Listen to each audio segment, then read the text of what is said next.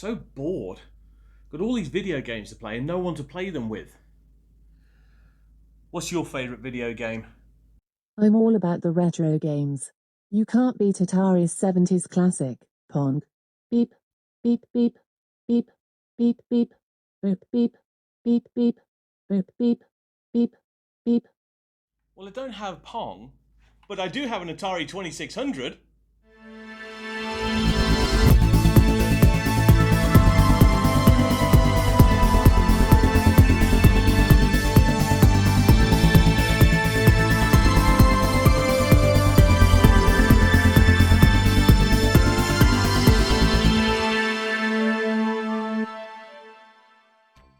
Atari, a name that can be traced back to the Garden of Eden of video games.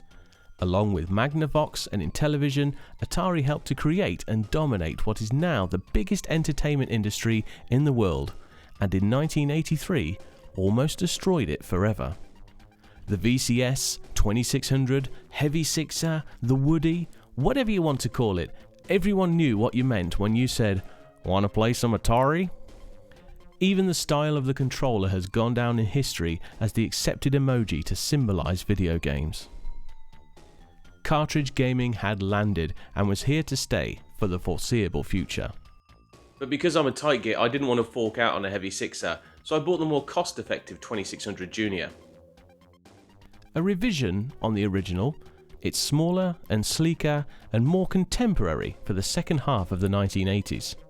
Well, Alexa, I did say I had the next best thing. Breakout. Now, I am usually happy playing older video games on modern TVs, but 2600 games on a 55-inch Sharp look absolute garbage. Breakout is probably my favourite game on the 2600. It's simple, friendly and challenging. And for a single game, Atari really knew how to give you your money's worth. I mean, look at that, 12 game modes on one cartridge. You've got your standard mode, a mode where the ball just piles through the wall, but I think my favourite mode is when the wall only appears when it's hit.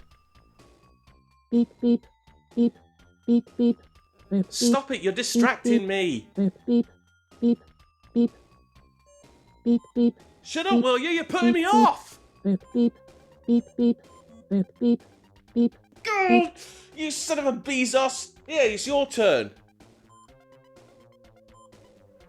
Alexa, you suck. I don't have a body. Let's play something else. Nothing says video games like Pac-Man. This classic pill-popping Pac-Man pursued by his demons who, when he pops the big pill, can now eat the ghosts. What were these developers on? Joking aside though, Pac-Man is a lot of challenging fun, and although a lot of people complain about this port, it was the best way to play the arcade classic at home, and I actually quite enjoy it. And isn't that what gaming is all about? These ghosts are giving me the creeps. And when you've got ghosts, who are you gonna call? Ghostbusters. Bustin' makes me feel good. Oh yeah! Ghostbusters was the first game that I ever played on a 2600, and it scared me alright. I thought the console was broken. These old games didn't have a menu as such. Instead, you have a game select button. You select the items that you need, in this case, all of them. Then, you flick the difficulty switch on the back to start the game. I've never known such a process just to get a game started. The idea is, you select the red flashing buildings, drive to them and suck up any ghouls along the way. And when you're there, you lay your trap and try to catch the ghost. You rinse and repeat this again and again, while all the time the PK level is rising. At certain intervals, the Stay Puft Marshmallow Man shows up to trash the place and take your money, but to stop him, you need to flick the second player difficulty switch. This is why we ended up with controllers like this. Eventually, you have to get your team past Mr. Stay Puft, but I've never had the patience to play it for that long. Even today, movie-based video games don't really cut it, except for Star Wars. What's your favourite Star Wars film? I'm a Star Wars fan in general, but I'd have to say that The Empire Strikes Back is my favourite. Well, you're wrong, but you're in luck. Atari games are simple, and The Empire Strikes Back is no exception. You just fly to the left and take out Imperial walkers that shoot lasers at you. The only thing that really bothers me about this game is the cartridge. Why does it have to be different from the others? And on the subject of cartridges, I love the illustrations on some of them. They look so detailed and exciting, and a complete world away from the actual gameplay. It's not a bad thing. In fact, I quite like them. I mean, look at Space Invaders. This on the cartridge, this on the screen. Space Invaders is up there with Pong and Pac-Man as being one of the most recognisable video games in history, and by the end of the 1980s had sold over 6 million copies for the 2600.